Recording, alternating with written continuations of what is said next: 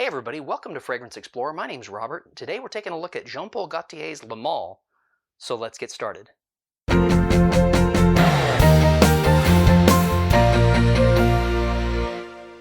Jean-Paul Gaultier's Le Male is a classic Hall of Fame Oriental Fougere that was introduced in 1995. Let's take a look at the note breakdown. In the top we have Artemisia, mint, bergamot, and cardamom. In the mid we have lavender, cumin, orange blossom, and cinnamon. And in the base, we have sandalwood, tonka bean, amber, vanilla, and cedar.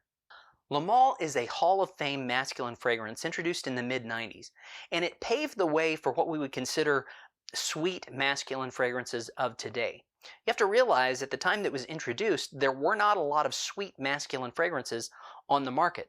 And so it paved the way for the fragrances that we have today like Eros or 1 Million or Invictus.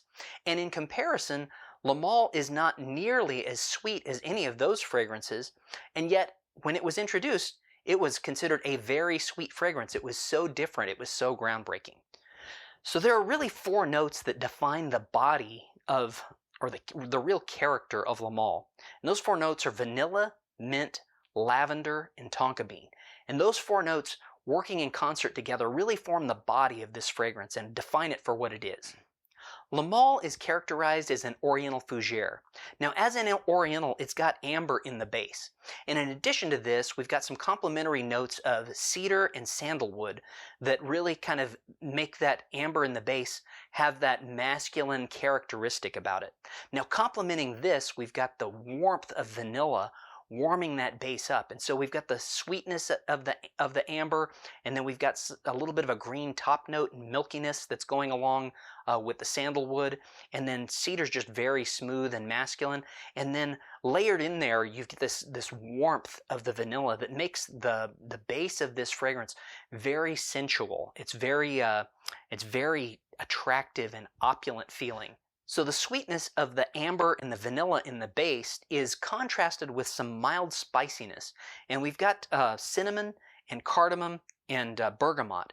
And that mild spiciness mixed in there with the vanilla, that contrast really does it helps pique your interest in the sweetness that we have in the base that it wouldn't be there. It wouldn't help that sweetness to really be as well defined if there wasn't some contrast going against it.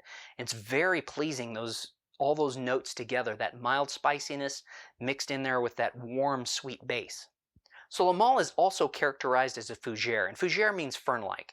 And as a fougere, you would typically find three notes in a classic fougere. You'd find lavender and oak moss and tonka bean. Now, Le Male has the lavender, and it does have the tonka bean, and so between the lavender and the tonka bean, we get kind of that, kind of a little bit of a clean barbershop soapy vibe with the lavender. It's got a slight medicinal-ness to it, maybe even like a hint of black licorice. So that's there, and then the tonka bean gives us almost like a fresh cut grass or a fresh cut hay with the coumarin smell. Now, instead of that oak moss, which would give us kind of a little bit of an earthy bitterness that was mixed in with there, because everything needs some contrasts. And so they've substituted here, they've substituted Artemisia and Cumin in place of the oak moss to provide that little bit of bitterness to go along with those other notes. And the blend is really, really good in this fragrance. Now, obviously, a lot of this is it's artificial, it's synthetic, but it's still very good. It's a very well blended fragrance. One thing I'd like to point out is that Le Male has mint and vanilla and cedar and tonka bean. And those four notes are shared with Versace Eros.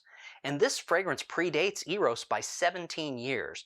So it really was kind of a groundbreaking fragrance for modern fragrances that are considered kind of very sensual, clubbing type fragrances. And this was in the mid-90s. Like I said before, this fragrance was really groundbreaking for its day, and even though it's 25 years old, I still think it holds a place and holds up very, very well in comparison to modern masculine fragrances. It really doesn't feel that dated. Now, it may feel dated for people that wore this, in the mid-90s, and 25 years later they smell it again and it reminds them of the 90s. But if you compare it to modern masculine fragrances that lean towards this sweet Oriental Fougere type fragrances that maybe even have a little bit of gourmand vibe about them, it still stands up today. So I still think it's a relevant fragrance and one that's well worth having in your collection. Let's talk a little bit about presentation. This flask has become iconic for the house of Jean-Paul Gaultier, so much so in fact that it's almost synonymous with the brand. It's essentially a male torso that's been striped to be reminiscent of a mariniere, typically worn by a quartermaster or a seaman in the French Navy. Now another unique aspect is that of their presentation is that this flagon is then overpackaged in this canister that almost looks like a can of beans. If you pop it open, there's kind of like a red velvet type base that the torso seats in, and then that's overpackaged with the canister. So the atomizer that's on this flagon does not have a stopper, and instead they include this little C-clip that this band that clips around the neck of the atomizer, and it prevents you from being able to depress this much. And so it doesn't completely stop it if it's not seated all the way. You can get a little bit of burst. You can see it right there. But it does prevent you from depressing it all the way, and so it would help with travel. It's not perfect, but it does kind of stop the atomizer from being depressed fully. And so it should travel fairly well. The atomizer on Le Male works well, and the droplets are neither too coarse nor too fine. They hit right in that sweet spot that provides good coverage and directionality without becoming a mist, too fine of a mist, or a stream. So I like the atomizer a lot on this flagon. It works really well. I find it to be quite good. Performance on my skin is moderately good. I get 4 to 5 hours of longevity out of this fragrance, with the first hour being where I get the strongest projection and the best sillage. Projection in that first hour, the scent cloud is probably around a meter as far as around my body, and then over time, that gets closer and closer, and I only get 4 or 5 hours of wear time before I need to freshen it back up again. Now I checked on Fragrantica, and most voters on Fragrantica call this fragrance long-lasting to very long-lasting, and even though I didn't get that kind of performance out of it, I think it has something to do with my skin chemistry, in that it just kind of eats up some of these sweeter fragrances and they don't last as long. I don't really think that it was that I was going nose blind, because my wife wasn't able to detect it on me after 4 or 5 hours of wear. So I do think that it just has something to do with my body chemistry, because most voters on, like I said, on Fragrantica say that this is long-lasting to very long-lasting, and heavy sillage, as far as the vast majority of voters are saying that it has heavy sillage.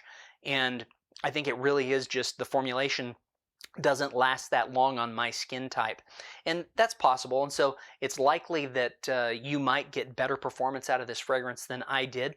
But that being said, I'm still pretty happy with the performance, because as an Eau de Toilette concentration, I wouldn't expect it to last. It's not like a Eau de Parfum, which I would expect to last longer. It is a Eau de Toilette concentration. So 4 or 5 hours, I think, is really reasonable for the concentration of parfum in this fragrance. This fragrance gets fairly good reviews on Fragrantica. It's earned a 3.72 out of 5, and that's not bad. It's actually pretty good.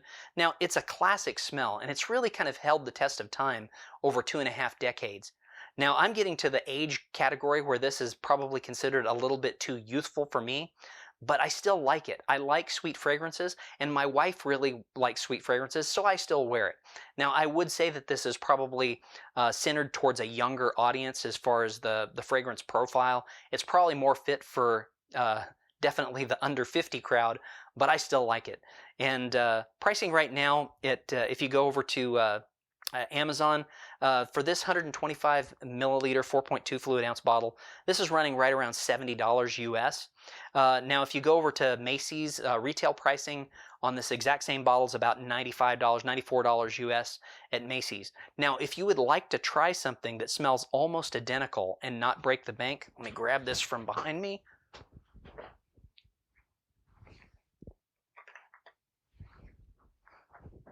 Grab a fragrance from my collection.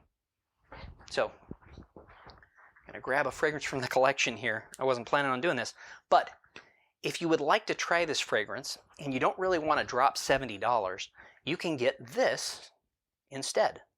And this is Cuba Gold. This runs right around $10 at discounters.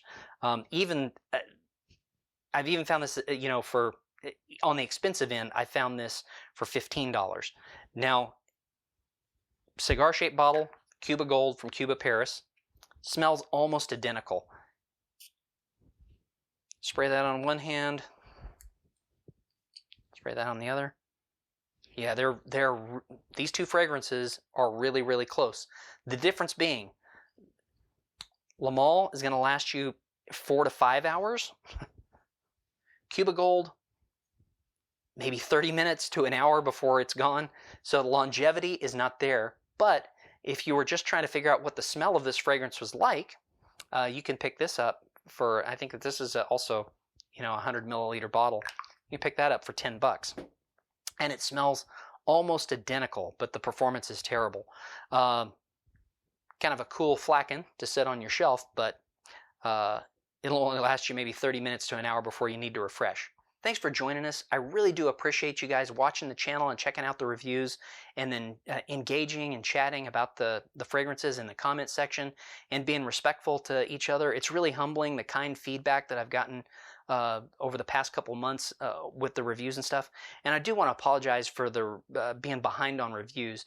It's been about a month since I put a review out, and I do want to apologize for that. But I've just been really busy with work and haven't been able to get on a regular schedule of getting scripts written and getting the reviews out. But I'm hoping I'll get that all straightened out and get on a more regular schedule. So I appreciate you guys hanging in there with me, but I do want to apologize for that. But I hope you guys have a blessed week and stay safe. And take care until next time.